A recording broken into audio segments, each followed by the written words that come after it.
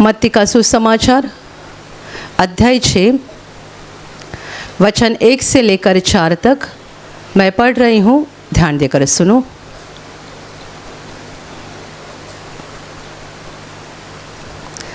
सावधान रहो, तुम मनुष्यों को दिखाने के लिए अपने धर्म के काम न करो, नहीं तो अपने स्वर्गीय पिता से कुछ भी फल न पाओगे।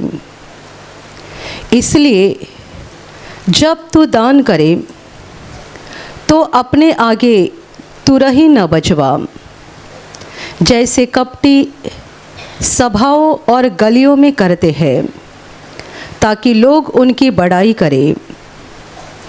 मैं तुमसे सच कहता हूँ कि वे अपना प्रतिफल पा चुके।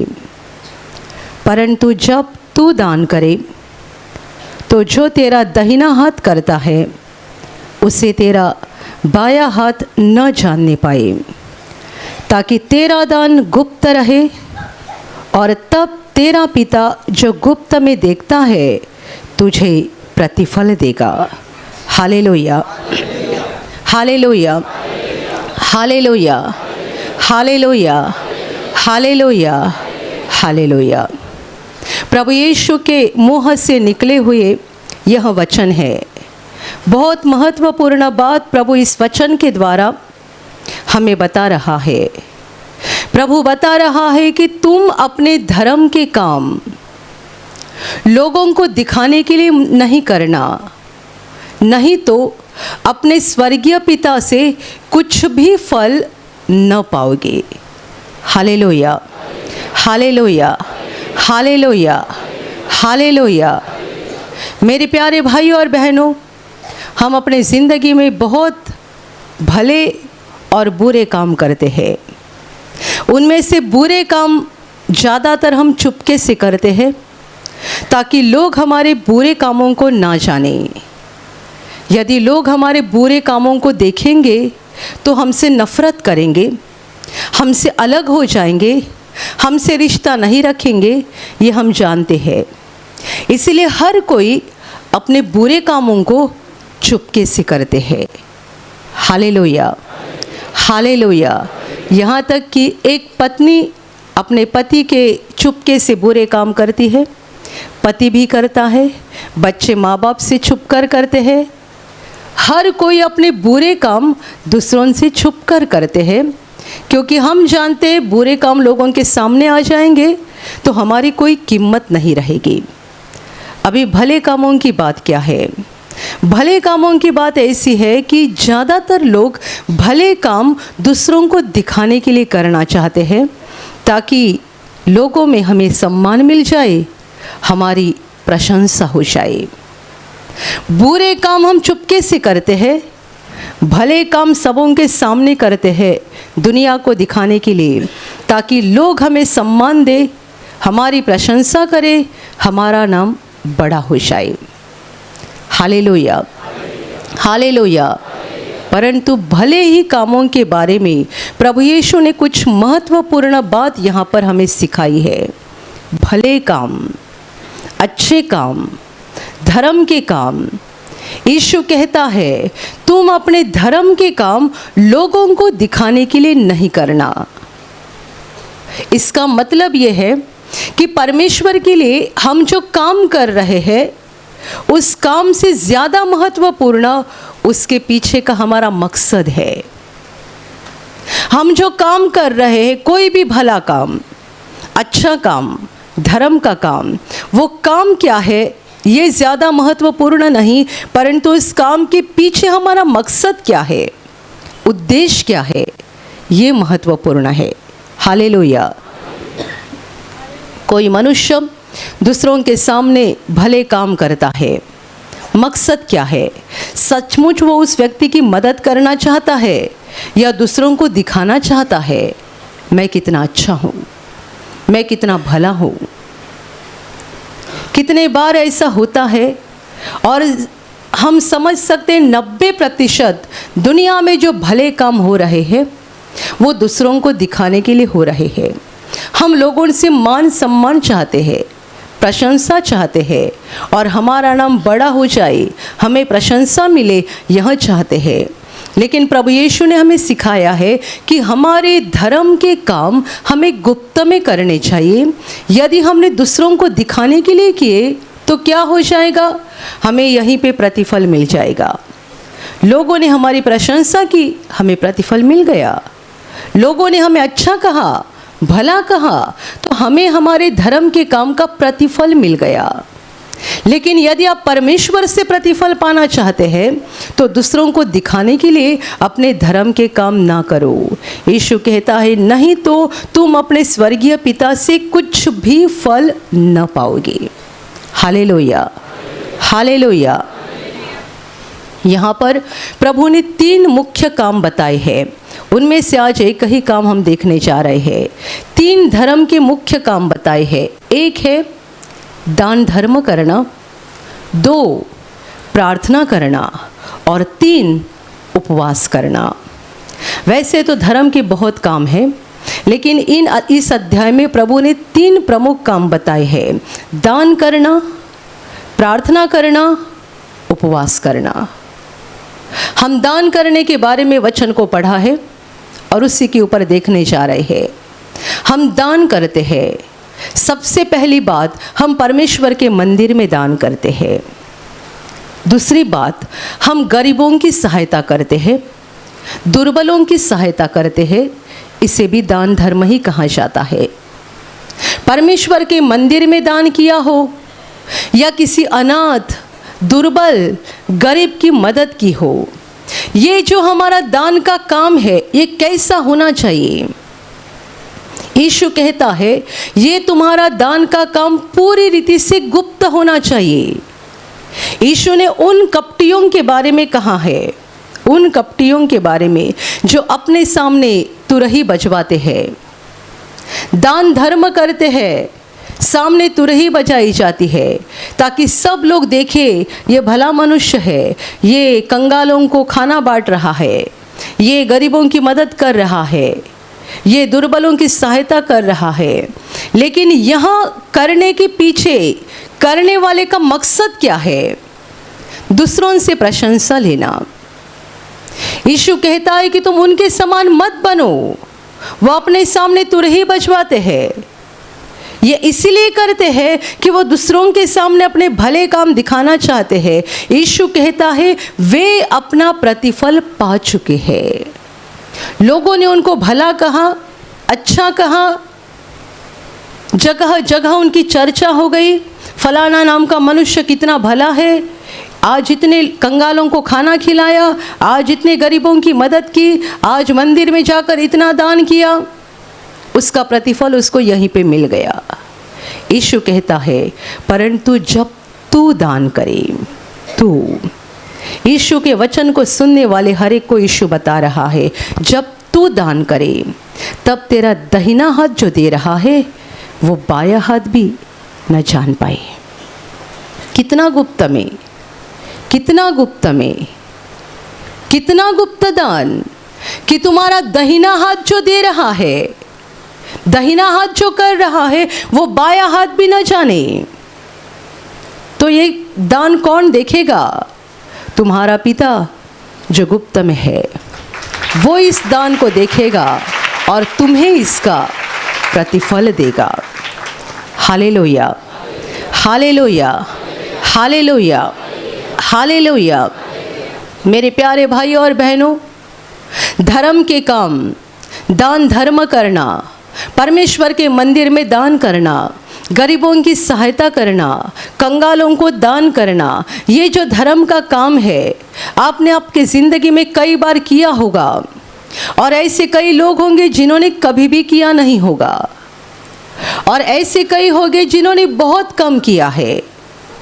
लेकिन आज इस वचन को सुनने के बाद आप जब कभी ये धर्म का काम किया करोगे, उसके पीछे आपका एक ही मकसद होना चाहिए कि ये मैं मनुष्यों को दिखाने के लिए नहीं परंतु मेरे परमेश्वर पिता को दिखाने के लिए कर रहा हूँ। यदि आपका मकसद है, यदि आपका उद्देश्य है, तो आपको इसका पूरा ही पूरा प्रतिफल मिल जाएगा। Hallelujah, hallelujah. कई लोग 10 रुपया भी देते हैं और बड़ी बड़ी बातें करते हैं। मैंने 10 रुपया दिया। मुझे एक घटना याद आती है, बहुत साल पहले जब मैं गवाही ले रही थी, एक बहन गवाही देने के लिए आई थी जिसको बहुत सालों से घर नहीं था। प्रार्थना सभा में आने के बाद प्रभु का अनुग्रह हो गया और कुछ ही महीनों के अंदर उसके पास खुद का मकान हो गया। इस बात की गवाही देने के लिए आ गई।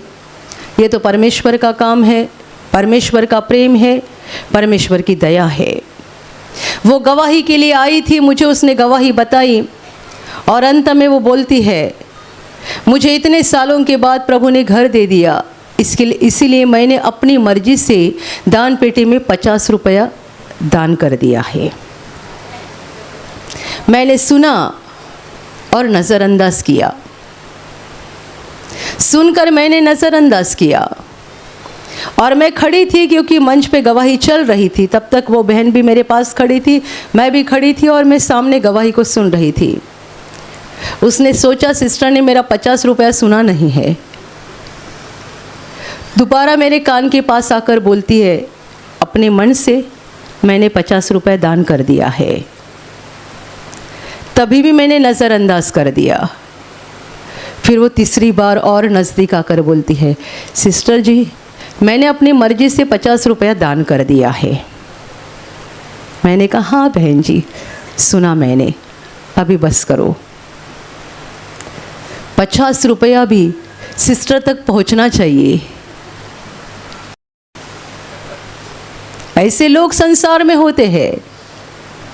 मुझे याद नहीं कितने साल, पर बहुत साल, कुछ तो 15 या 20 साल उसके पास मकान नहीं था और किराए के मकान में यहाँ वहाँ भटकती रहती थी। प्रभु ने अनुग्रह करके खुद का घर दे दिया। उसने 50 रुपया दान दिया और वो भी गुप्त नहीं रहना चाहिए, इसके लिए वो बार बार मुझे बता रही थी। पहली बार बताया मैंने अनसुना किया, दूसरी बार बताया मैंने ध्यान नहीं दिया, तो तीसरी बार भी बताया। जब उसको यकीन हो गया, सिस्टर ने सुना, तब वो शांत हो गई। Hallelujah, hallelujah, hallelujah, hallelujah, hallelujah. मेरे प्यारे भाई और बहनों, संसार में कैसे कैसे अजीब लोग रहते हैं। परमेश्वर कितना दयालु है, सबों की बर्दाश्त करता है, सबों का सहन करता है। परमेश्वर के घर में दान देना, इसका मतलब हम परमेश्वर के ऊपर एहसान कर रहे हैं, ऐसा नहीं। मैं आपको एक छोटा सा उदाहरण बताऊं, आप हंसने लगेंगे पर यह सच है। एक पिताजी घर पे आते समय अपने छोटे बेटे के लिए कुछ तो खाने का पदार्थ लेकर आते हैं। समझ लेना एक वेफर का पैकेट लेकर आ गए, चिप्स आ गए। 2 साल का बेटा है। घर पे आने के बाद बेटा दौड़ के पापा के पास आता है, क्यों? खाऊ चाहिए, कुछ तो लाया होगा ना, वो इसके लिए आता है। तो पापा वेफर उसके हाथ में दे देता है। बेटा उस पैकेट को खोलता है, खाना शुरू कर देता है। जब बेटा खाते रहता है, थोड़ी देर में पापा आता है और मजाक में कहता है, मुझे भी देना। बेटा बोलते नहीं दूंगा, नहीं दूंगा। किसने लाया? पापा ने। पापा बोल रहे मुझे दे, नहीं दूंगा। मम्मी आ गई, मुझे देना, नहीं। बहन आ गई, मुझे देना, नहीं। और वो भागता है। बिल्कुल वैसे ही बहुत सारे लोग परमेश्वर के साथ बर्ताव करते हैं। परमेश्वर के घर में आकर दान देना, परमेश्वर के मंदिर में दान करना, ये हम परमेश्वर के ऊपर एहसान नहीं कर रहे हैं। हमारे पास जो भी है सब उसी का दिया हुआ है।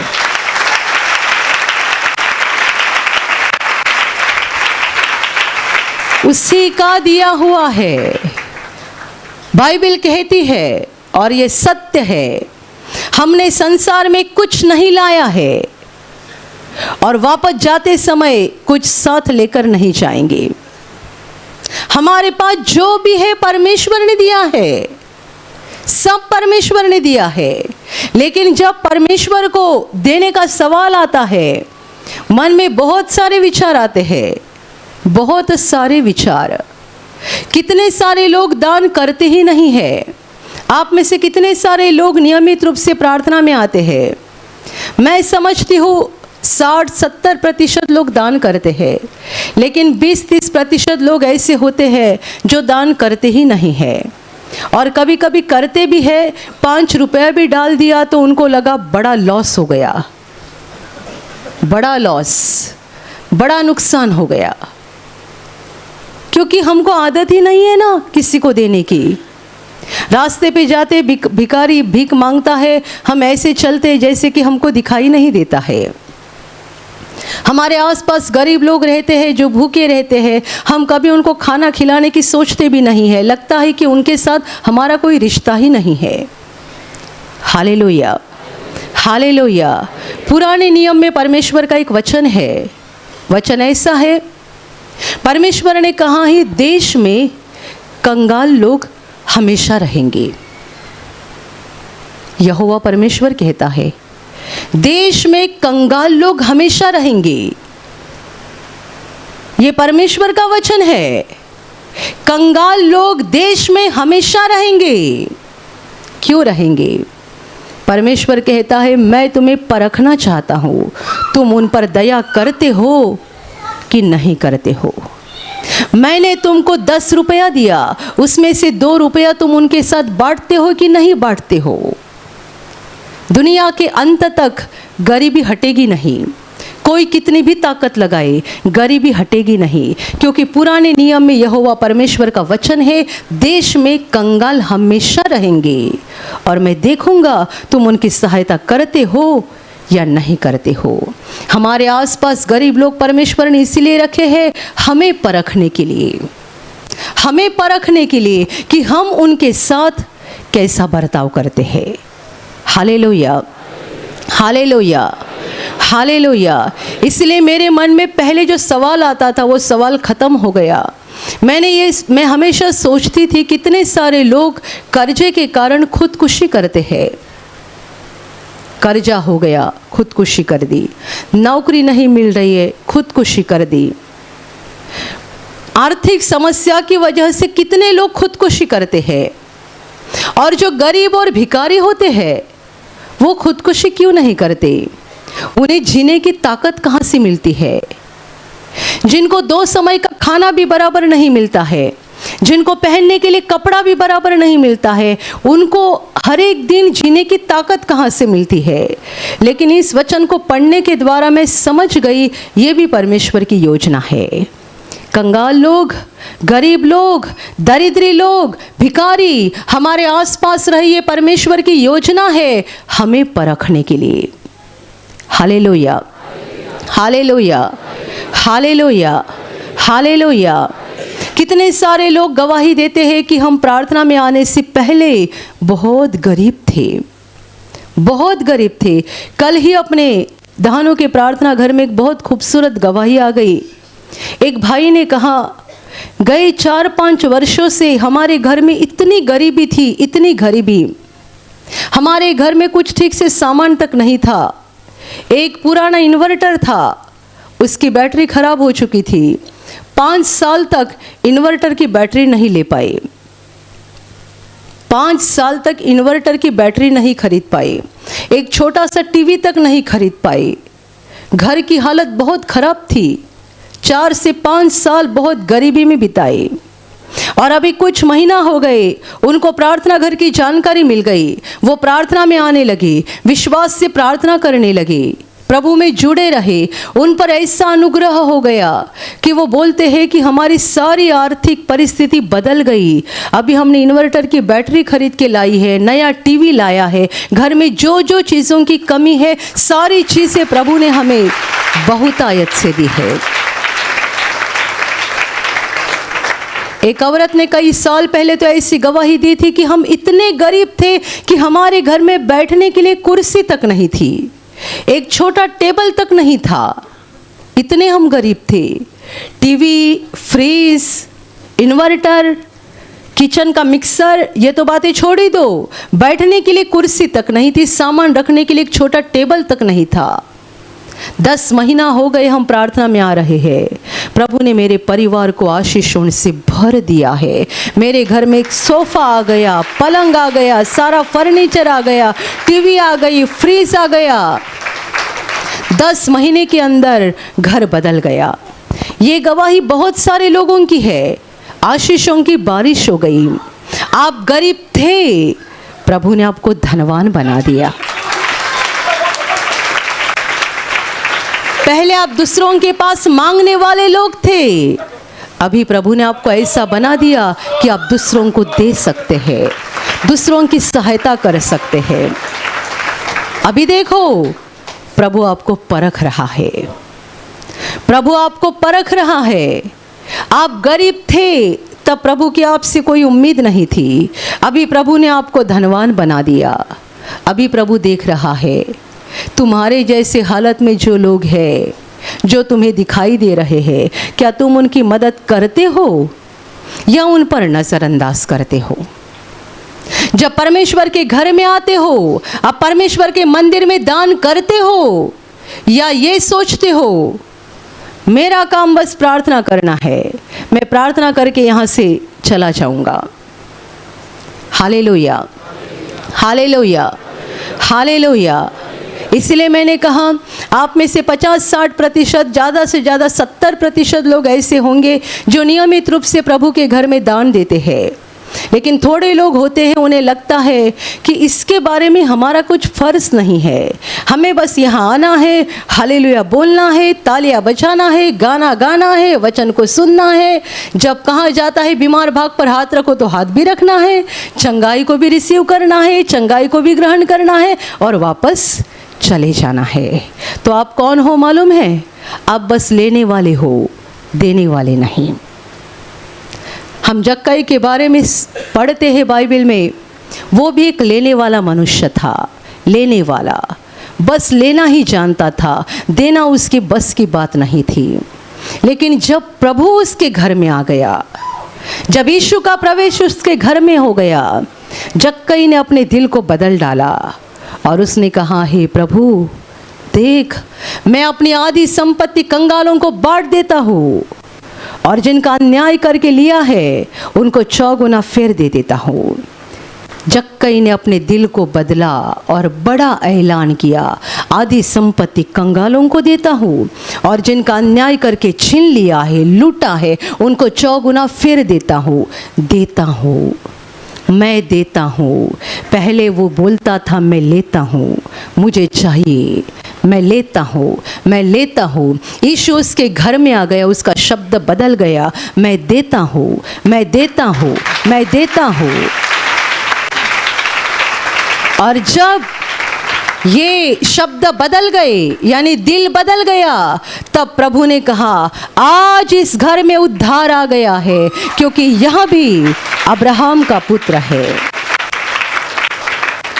Hallelujah, hallelujah, hallelujah, hallelujah. अभी देखो यहाँ एक छोटी सी बात है।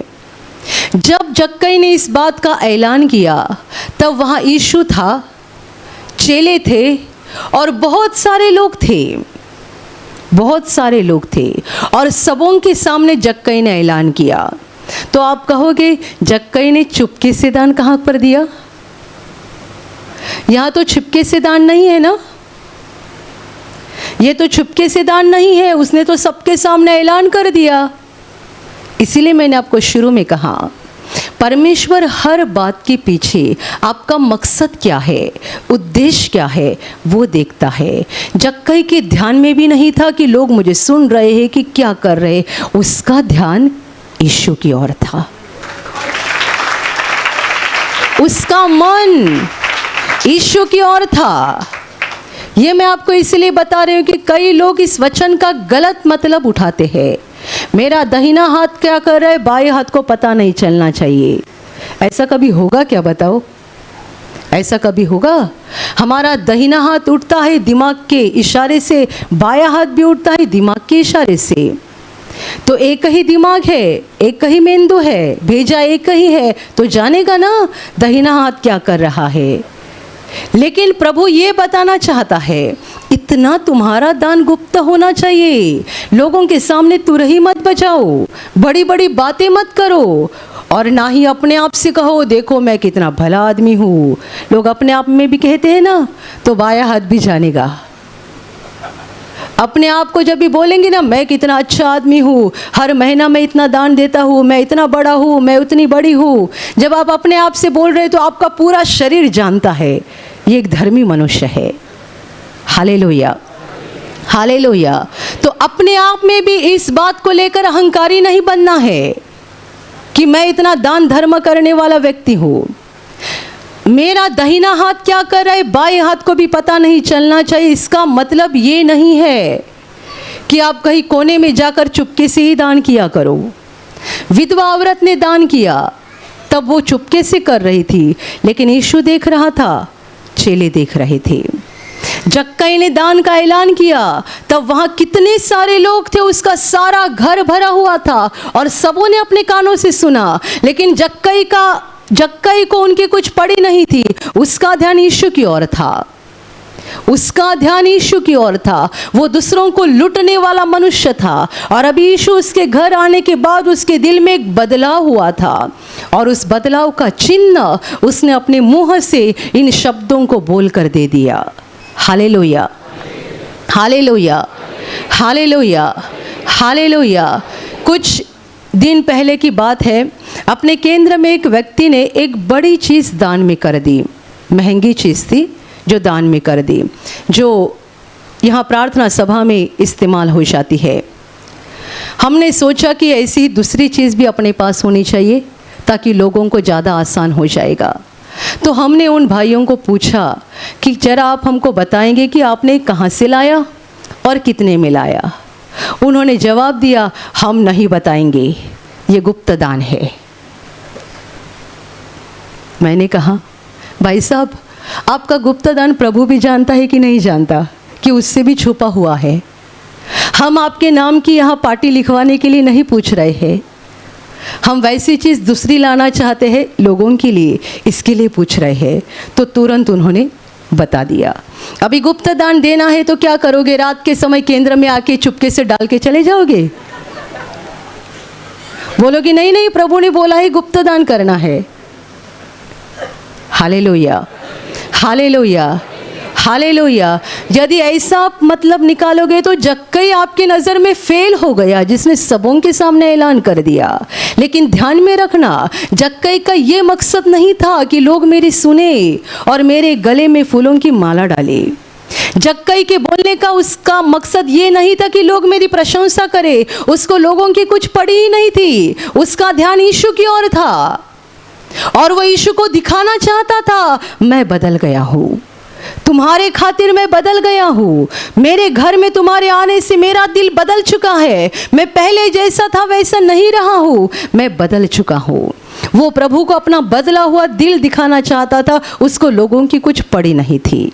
Hallelujah, hallelujah. तो इस बात को हमेशा ध्यान में रखना, हमेशा, कि आप जो भी कर रहे हैं वो परमेश्वर को दिखाने के लिए करना, मनुष्यों को दिखाने के लिए नहीं। कई बार मैं कहती हूँ कि लोग यहाँ पर, जब मैं यहाँ बैठी रहती हूँ, मेरे सामने सेवा का काम करते हैं, जब मैं यहाँ से जाती हूँ कोई सेवा का काम नहीं करते हैं। वो क्यों करते हैं बताओ? सिस्टर को दिखाने के लिए।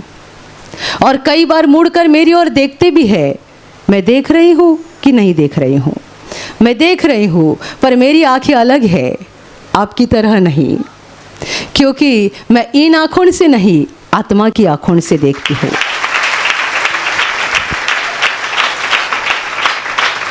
जो भाई बहनें चाय बांटते हैं या और कोई सेवा का काम करते हैं और मुड़ मुड़ कर मेरी ओर देखते हैं, उन्हें ऐसा लगता है कि सिस्टर हमको देख रही है, हमको देख रही है। और जब मैं यहाँ से चली जाती हूँ, एक भी सेवा का काम करते नहीं, कुर्सी लेके आराम से बैठेंगे, उनके साथी यहाँ पे काम करते, वो आराम से बैठेंगे, समय हो जाएगा निकल जाएंगे। अपना कोई भी धर्म का काम मनुष्यों को दिखाने के लिए मत करो। यीशु कहता है यदि आपने मनुष्यों को दिखाने के लिए किया तो आपको आपका प्रतिफल यहीं पर मिल गया, लेकिन यदि आप परमेश्वर को दिखाने के लिए कर रहे हैं तो एक गुप्त होना चाहिए और आपका एक ही मकसद होना चाहिए, मुझे मनुष्य के लिए नहीं करना है, मनुष्यों को दिखाने के लिए नहीं करना है, मुझे परमेश्वर को दिखाने के लिए करना है। Hallelujah, hallelujah, hallelujah, hallelujah. मेरे प्यारे भाइयों और बहनों, अपने दिल का स्वार्थ छोड़ दो, अपना ही देखना छोड़ दो। यदि आप केवल लेने वाले लोग हैं, लेने वाले, बस लेते जाते हैं, लेते जाते हैं, लेते जाते हैं, तो आप स्वार्थी है। आप प्रार्थना करोगे, प्रभु आपको देते जाएगा, आप मांगोगे, प्रभु आपको देते जाएगा, लेकिन आप उस आशीष के वारिस नहीं बन जाओगे जो प्रभु आपको देना चाहता है। यदि आप उस आशीष के वारिस बनना चाहते हैं तो आप खुद देने वाले लोग बनने चाहिए। कई सप्ताह यहाँ पर गवाही आ गई, 2 गवाही आ गई। एक भाई ने गवाही दी जो बहुत सालों से प्रार्थना में आते हैं, मुझे लगता है उन्होंने कुछ 2008-9 साल बताया, तब से प्रार्थना में आते हैं, लेकिन दान नहीं देते थे और उनको दान देने की इच्छा भी नहीं होती थी। थोड़ा सा भी दान देते थे तो कुड़कुड़ाते थे। लेकिन अभी कुछ महीना पहले प्रभु का अनुग्रह उनके ऊपर हो गया, उनका दिल बदल गया और उन्होंने दिल से दान देना शुरू किया। और जब से दान देने लगे वे इतने खुश हैं, कुछ ही महीनों के अंदर 2 बार उनका पगार बढ़ गया। 1 बार नहीं परंतु 2 बार पगार बढ़ गया। और ये बात उनको खुद को इतनी अजीब लग रही थी कि वो हंसते हंसते गवाही दे रहे थे कि दान देने के बाद इतना कुछ हो सकता है, मुझे नहीं पता था। बात ऐसी है कि परमेश्वर किसी का कर्जा नहीं रखता है, परमेश्वर किसी का कर्जा नहीं रखता है। यदि एक बाप अपने बेटे को बोलता है मुझे जरा एक चिप दीजिए ना, बेटा बोलता है नहीं दूंगा, दूसरे दिन पापा हाथ हिला के घर पे आएगा। लेकिन बेटे ने तुरंत निकाल के दे दिया तो अगले दिन पापा 2 पैकेट लेकर आएंगे।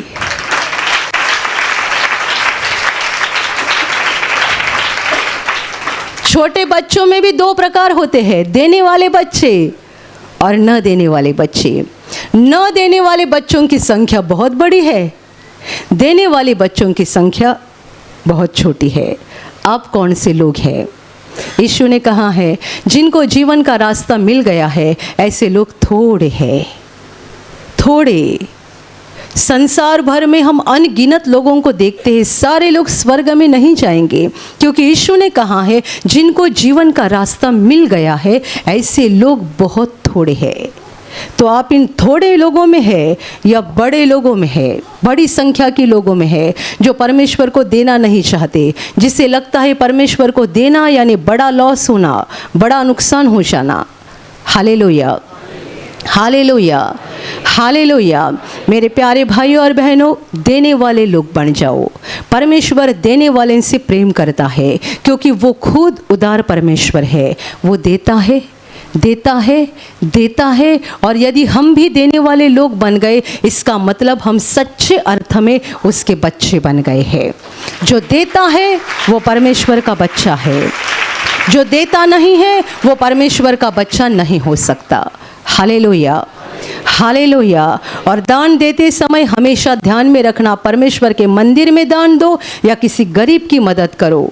इस बात के बारे में ज़्यादा लोगों को बताते मत जाओ, मैंने इसकी मदद की, मैंने इसको इतना रुपया दिया, मैंने उसको ऐसा दिया, मैंने उसको वैसा दिया। ये बात मत कहा करो, नहीं तो आप अपने प्रतिफल को गवा दोगे। एक ही मकसद से करो कि मेरा ये धर्म का काम मुझे परमेश्वर को दिखाने के लिए करना है, ताकि मैं परमेश्वर से इसका पूरा ही पूरा प्रतिफल प्राप्त करूँ। Hallelujah, hallelujah, hallelujah. और अभी प्रार्थना करने का समय है। आप विश्वास करो कि एक पल में प्रभु यीशु आपको छूकर चंगाई देगा। एक पल में वो आपके जीवन का दुख निकाल देगा और आपके आंसुओं को खुशी में बदल देगा, क्योंकि उसके लिए असंभव कुछ नहीं है, अनहोनी बात एक भी नहीं है। प्रभु यीशु आज भी जिंदा है। 2000 वर्ष पहले वो शरीर रूप में धरती पर था, आज शरीर रूप में नहीं बल्कि आत्मा के रूप में है, और दुनिया के कोने कोने में जहाँ जहाँ लोग विश्वास के साथ उसको पुकारते हैं, उसके पास प्रार्थना करते हैं, उन सबों की पुकार को प्रभु सुनता है, उन्हें चंगा करता है, उनके आंसुओं को पोंछ देता है और उनके जीवन को खुशी से भर देता है। आप भी इसी विश्वास के साथ आपके बीमार भाग पर हाथ रखो, और यदि वहाँ हाथ नहीं रख सकते हैं तो अपने सीने पर हाथ रखो।